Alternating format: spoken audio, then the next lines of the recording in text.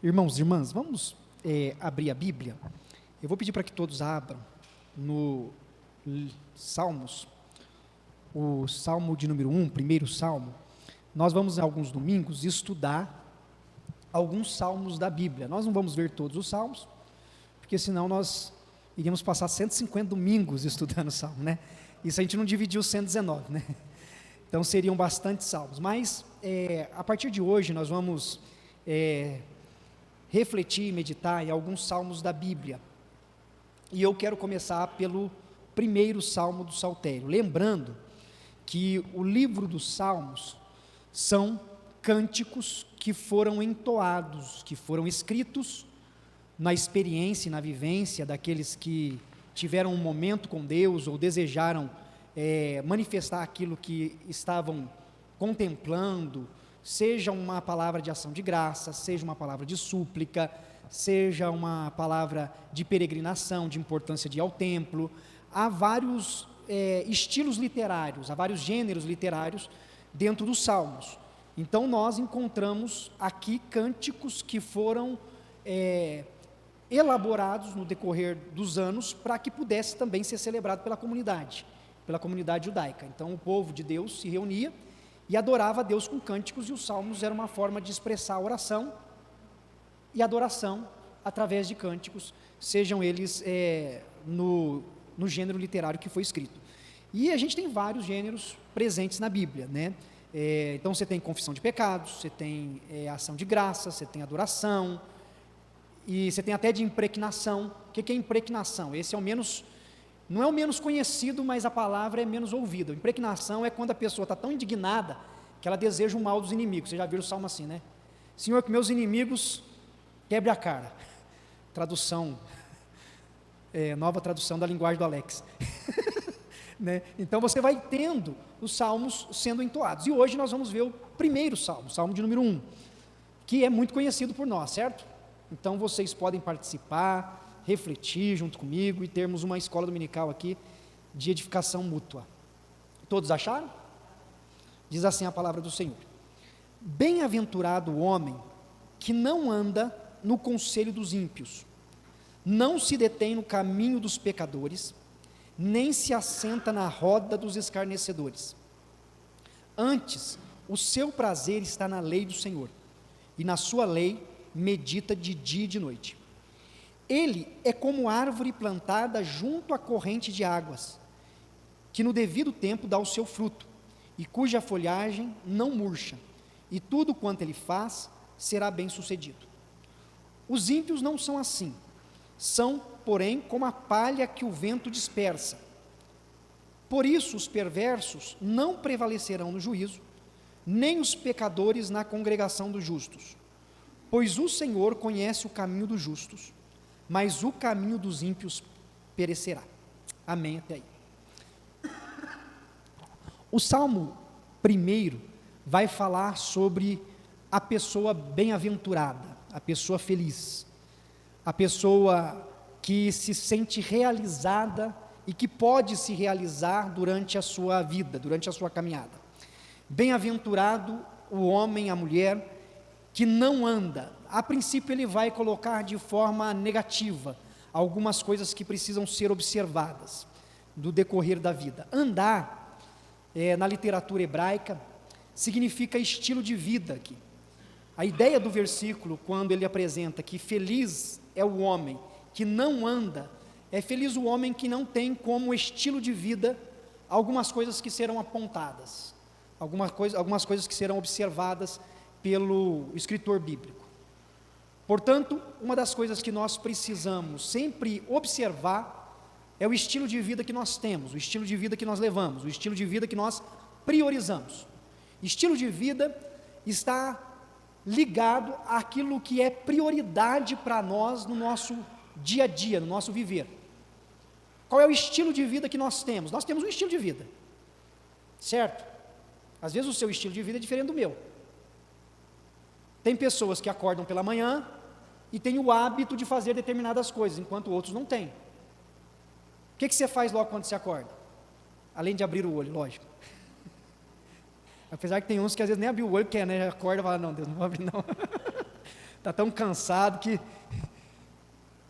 O que você faz logo pela manhã?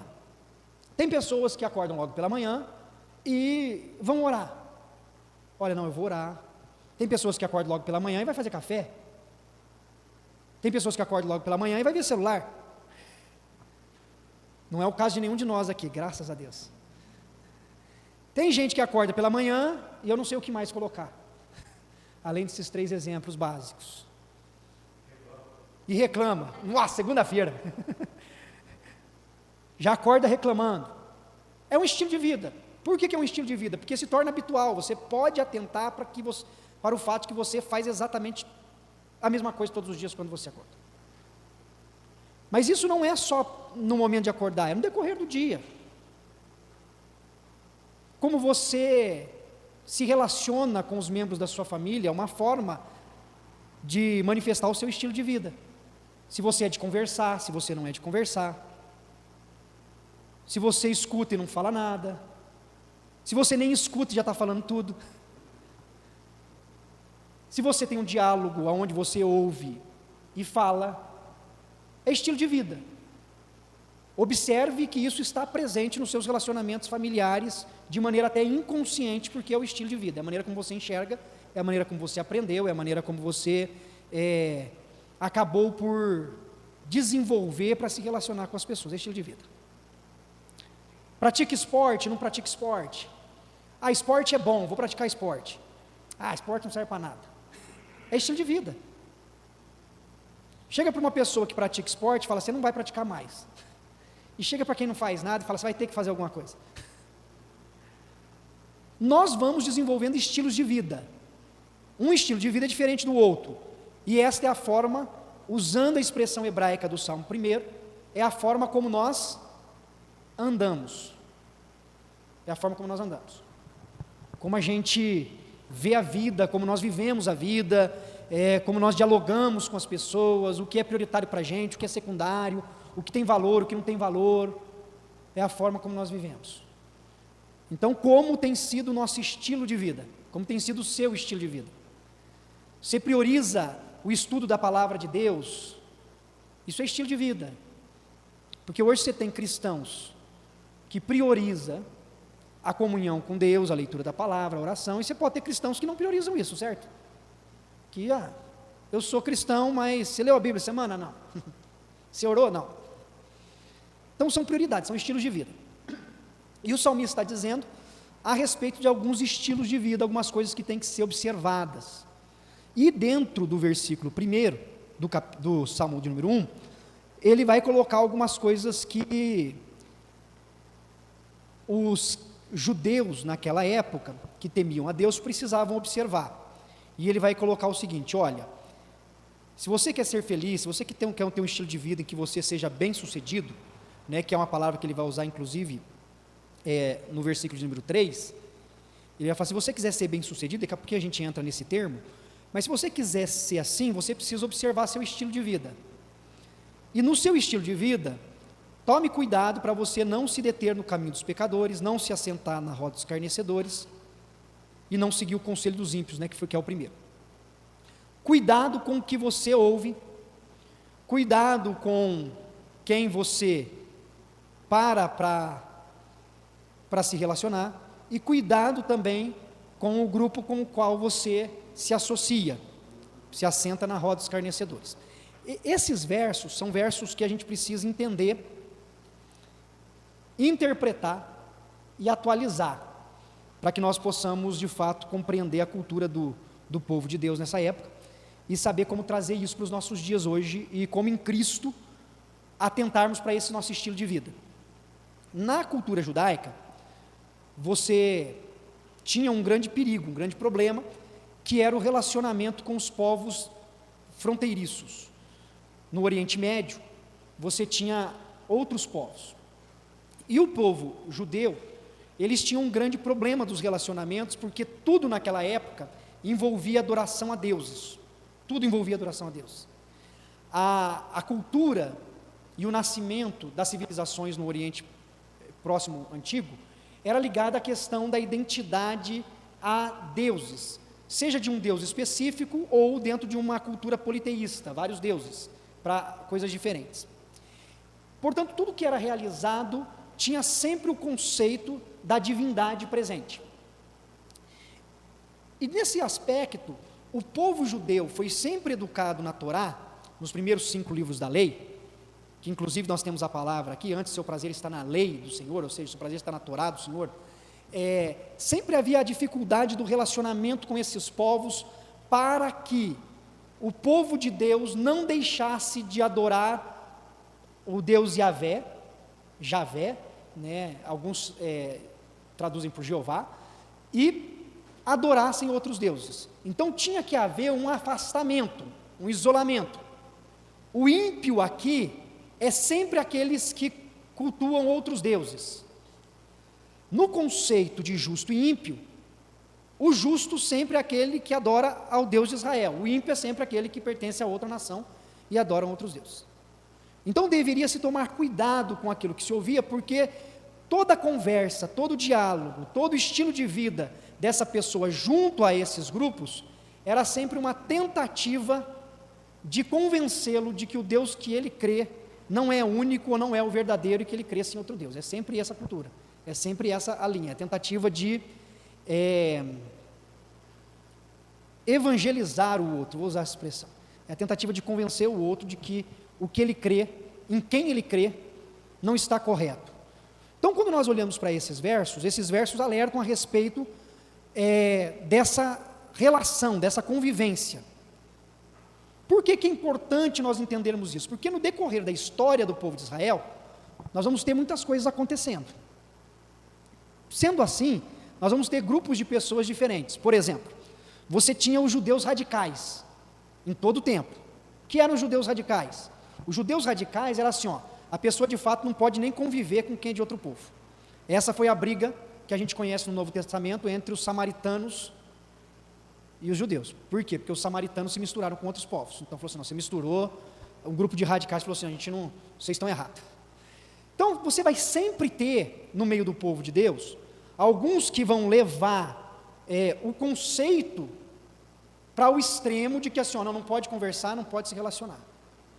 Tem um livro que é apócrifo, ou seja, apócrifo é aqueles que não estão nos 66 livros que a gente tem como livros inspirados nas Sagradas Escrituras, que é Salmos de Salomão, que chama, são salmos escritos, pelo menos dados ao rei Salomão, são 18 salmos que Salomão escreveu, e dentro desses salmos, há o salmo de número 4, em que ele fala um pouco sobre os bajuladores, e bajuladores, para eles naquela época, era alguém que fizesse parte do povo de Deus, que tivesse qualquer contato com alguém de outra nação.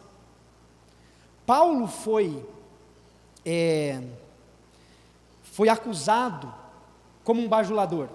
Quando Paulo escreve a carta aos Gálatas, ele se defende na carta, porque ele está sendo perseguido, e ele vai dizer assim, eu não estou desenvolvendo meu ministério para agradar homens, mas sim para agradar a Deus.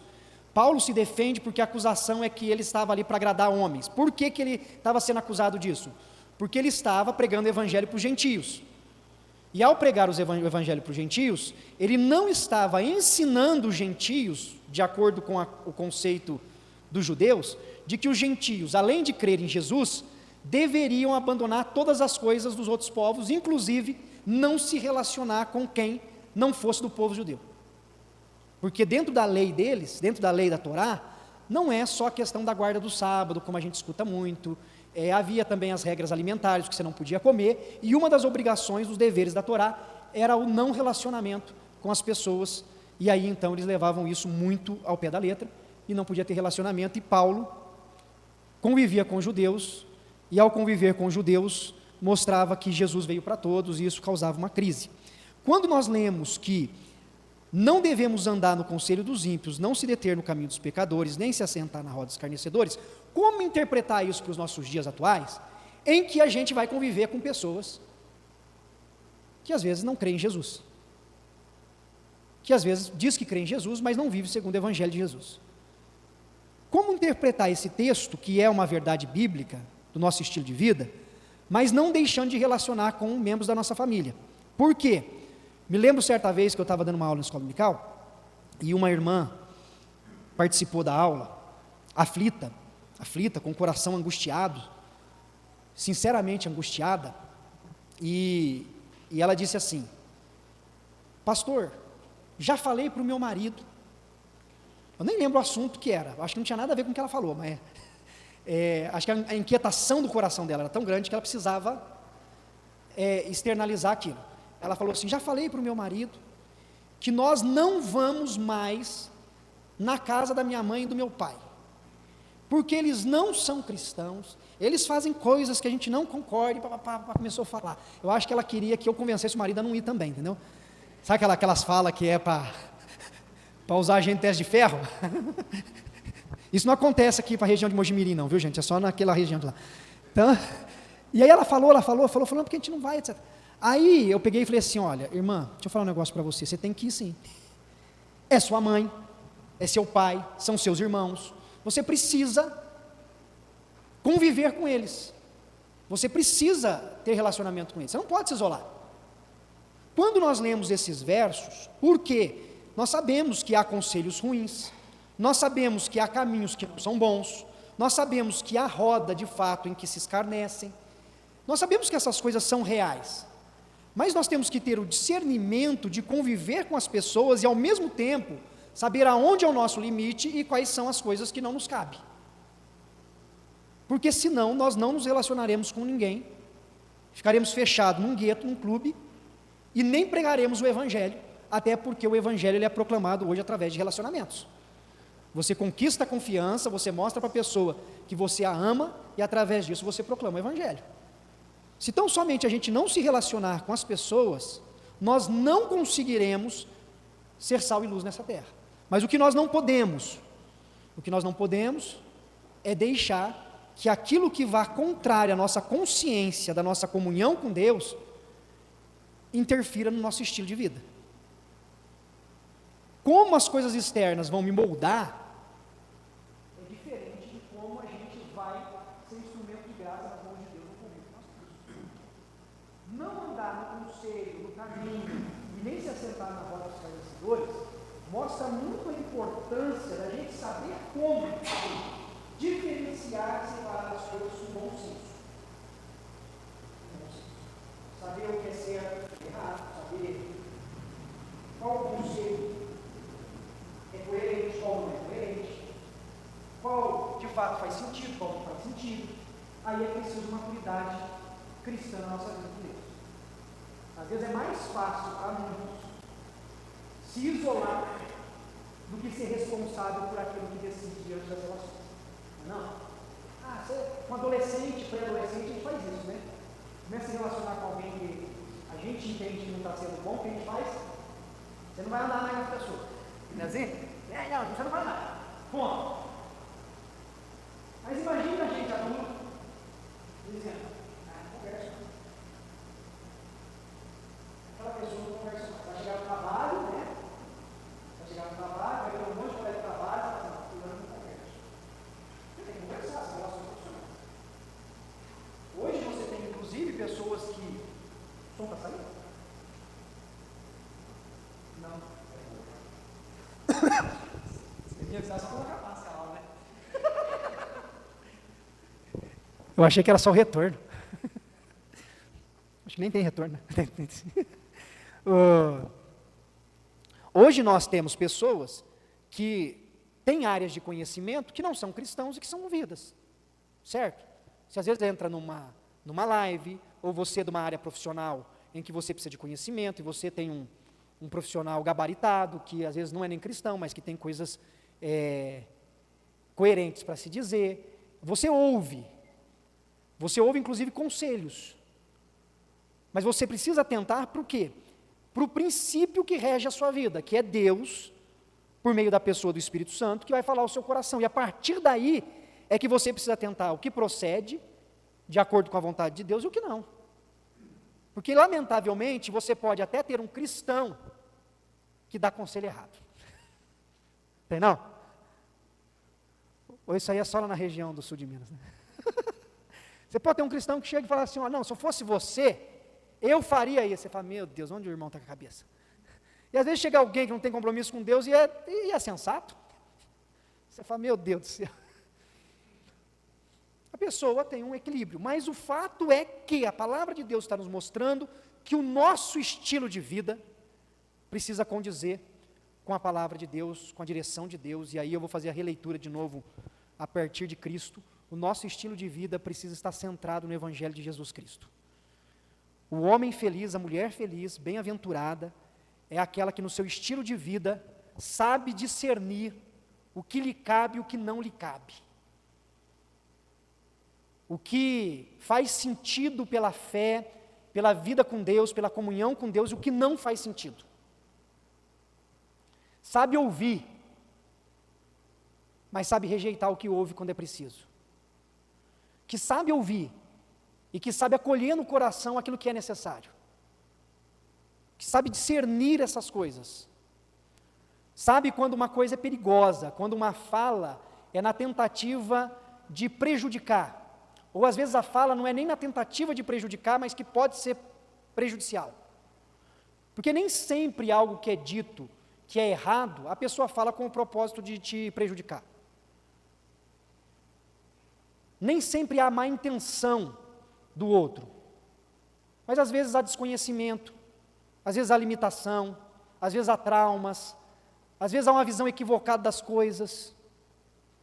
E a gente precisa ter discernimento, e só Deus, por meio de sua graça, para nos dar. E a gente vai conviver com isso.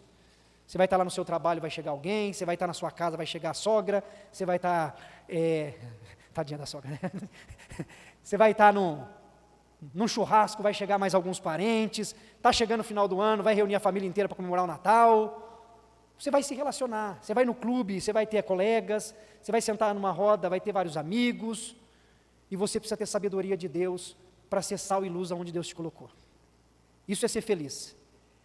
É independente do lugar em que você esteja, você saber o que é bom para você, o que não é, o que está certo, o que não está certo, e saber que Deus vai te dar discernimento. E no versículo 2, ele vai dizer, olha, pelo contrário, seu prazer está na lei do Senhor, e na sua lei medita de dia e de noite. O seu prazer está na lei do Senhor, está nas orientações do Senhor, nas instruções do Senhor. Torá, que é lei, significa instrução, orientação, tudo aquilo que Deus nos deu. Portanto, o nosso prazer, a nossa satisfação, a nossa alegria, está em meditar nela. Meditar não tem a conotação específica que nós temos na língua portuguesa. Meditar para nós está muito ligado à ideia da reflexão, certo? Você parar por um tempo e tão somente pensar naquilo que você leu, naquilo que você ouviu, e você fica por um bom tempo, meditando. Meditação, na literatura hebraica, ela tem uma ação, ela tem uma atitude presente. Meditação não é só refletir, mas é refletir e pôr em prática aquilo que você está pensando. É um processo que leva reflexão e ação, que leva você a ter uma interação com aquilo que ocupa o seu pensamento, e não só ficar no seu pensamento. Meditar na lei do Senhor de dia e de noite, significa você estar sempre num processo de raciocínio coerente, consciente, você ter o bom senso, você realizar o que o Paulo chama de culto racional, que é um culto onde a sua inteligência, sua capacidade está sendo ativada, e você vivenciar aquilo que você acredita, por isso de dia e de noite, senão a gente vai querer ficar deitado numa rede, falar, não, estou meditando na lei do Senhor. Não, é para você meditar, ir lá e colocar a mão no arado. É para você pensar na lei do Senhor e executá-la. É para você pensar no perdão de Deus e pedir perdão para o seu irmão. É você meditar na benevolência, na bondade, e você ser bondoso, benevolente com as pessoas que estão convivendo com você no dia a dia. Então aí está o nosso prazer, aí está a nossa alegria, na lei do Senhor. E nela a gente deve meditar de dia e de noite. Um homem e uma mulher feliz é aquele que está sempre vivendo no seu estilo de vida, esse ato de meditar, de pensar e praticar a palavra de Deus. E é tão interessante, porque assim, Escarnecer quer falar mal, deixa eu ver se eu gravei aqui bem a tradução, é falar mal do outro, é zombar, ironizar talvez seria, sem preocupar com o mal que está causando, né? Então assim, você falou mal de alguém, vai prejudicar uma pessoa? Tô nem aí, né? E isso acontece, agora olha como que a situação é tão profunda. Acontece, essa atitude é só de quem não é crente? Você já viu às vezes algum abençoado, vou usar o termo abençoado, fazer algo que prejudique o outro e não está nem aí? Lógico que a gente poderia dizer assim, mas a pessoa tem que ver se de fato ela é convertida, se ela tem um coração em Cristo, né? Para dar bom testemunho, etc. A gente pode entrar nessa linha, sem dúvida. Mas assim, tem pessoas que às vezes até de uma comunidade, que para se beneficiar, passa por cima dos outros. É triste, mas acontece. A pessoa vai lá e fala, para se defender. Uma pessoa, às vezes, para se defender, ela não se importa com o outro. Não é assim?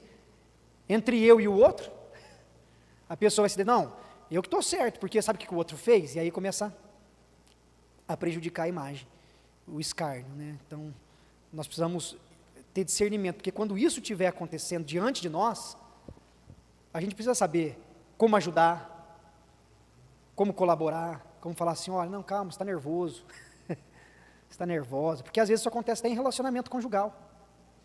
Às vezes a pessoa está num relacionamento difícil, complicado, e quando num relacionamento conjugal as dificuldades começam a surgir, um quer culpar o outro, não quer? A culpa é dele, a culpa é dela, não é assim?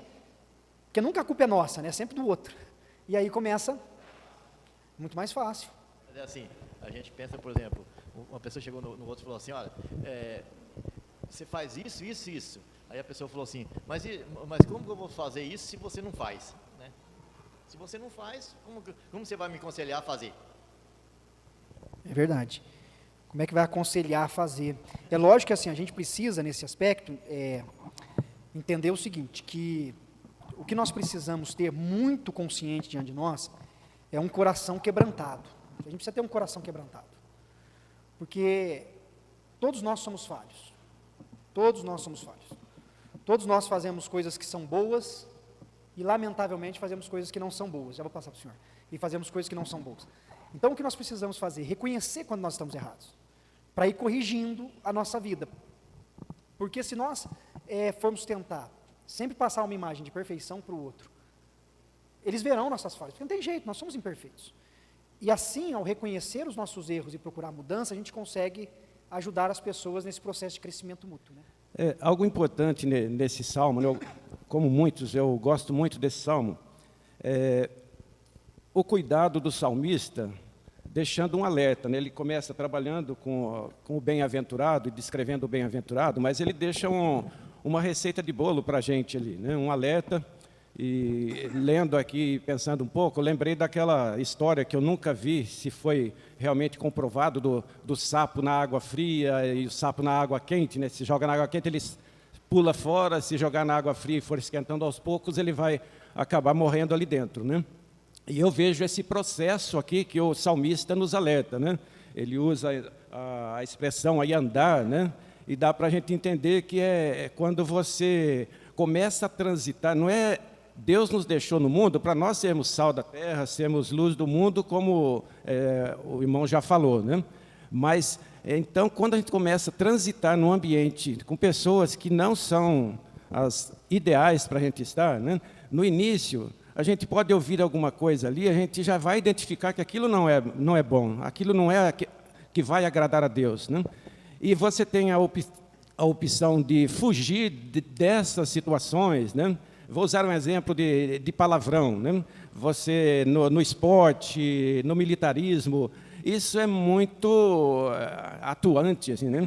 Então, se aquilo você não vê como algo negativo, você pode ir para o próximo passo, né? Você já não vai só andar, você vai parar para ouvir, você vai dar risada da piada maliciosa ou de outras situações, né? E é um processo, e aí chega no final, que você vai se assentar na roda, você vai passar a fazer parte daquele grupo, né?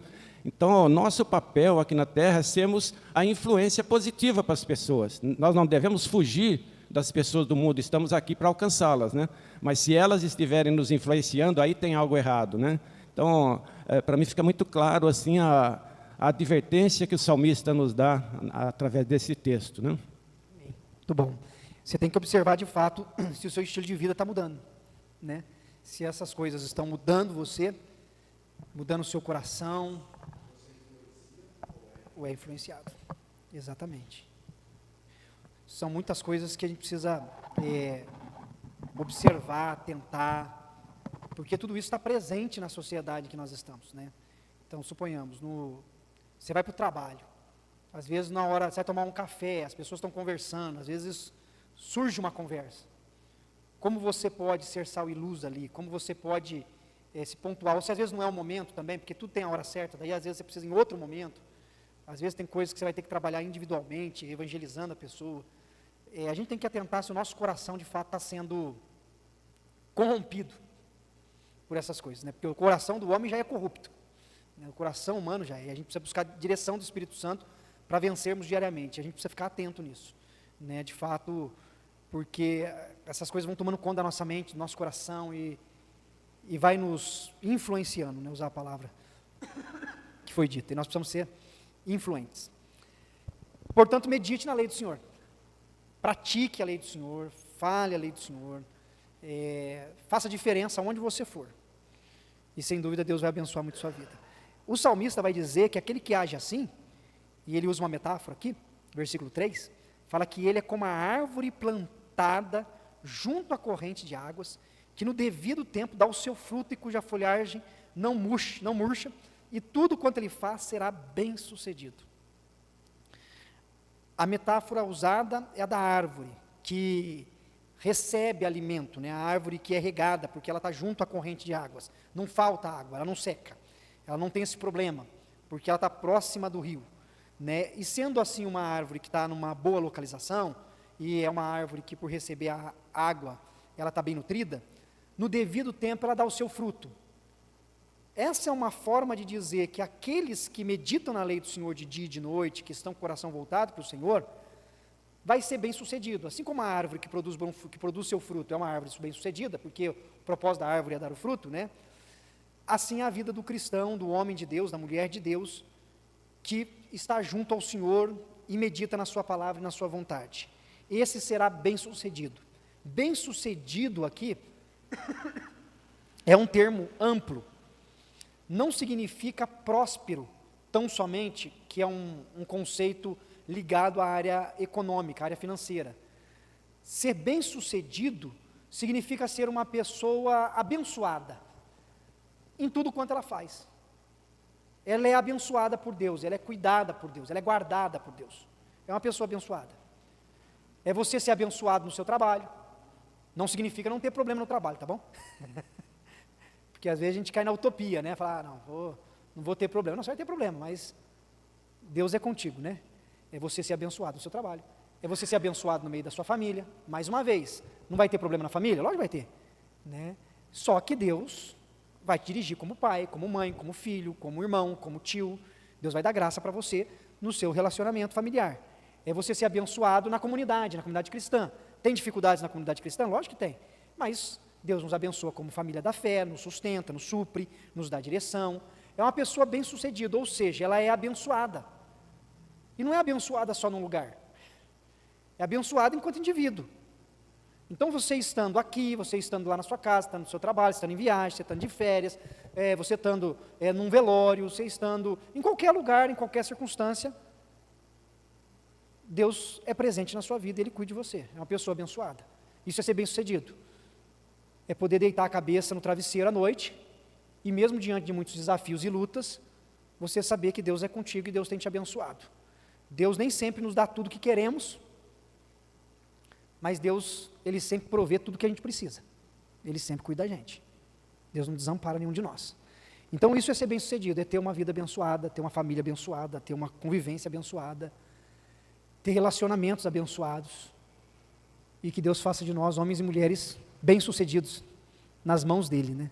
Não segundo conceitos nossos humanos, às vezes focados na cultura pós-moderna, mas que nós sejamos bem-sucedidos no conceito bíblico cristão de tementes a Deus. Amém? Está acabando já. Está acabando o tempo já. Não precisa não. Aí começou um homem abençoado, está vendo? Deus já tocou no coração de um para aumentar minha água. É que ele lembrou do versículo, se der água a algum desses pequeninos, né?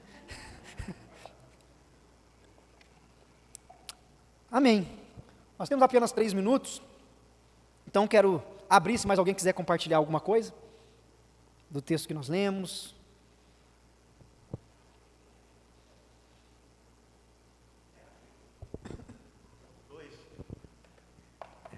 Dois versículos que fecham praticamente o tema, né? Não vos peço que os tires do mundo, mas que os livres do mal.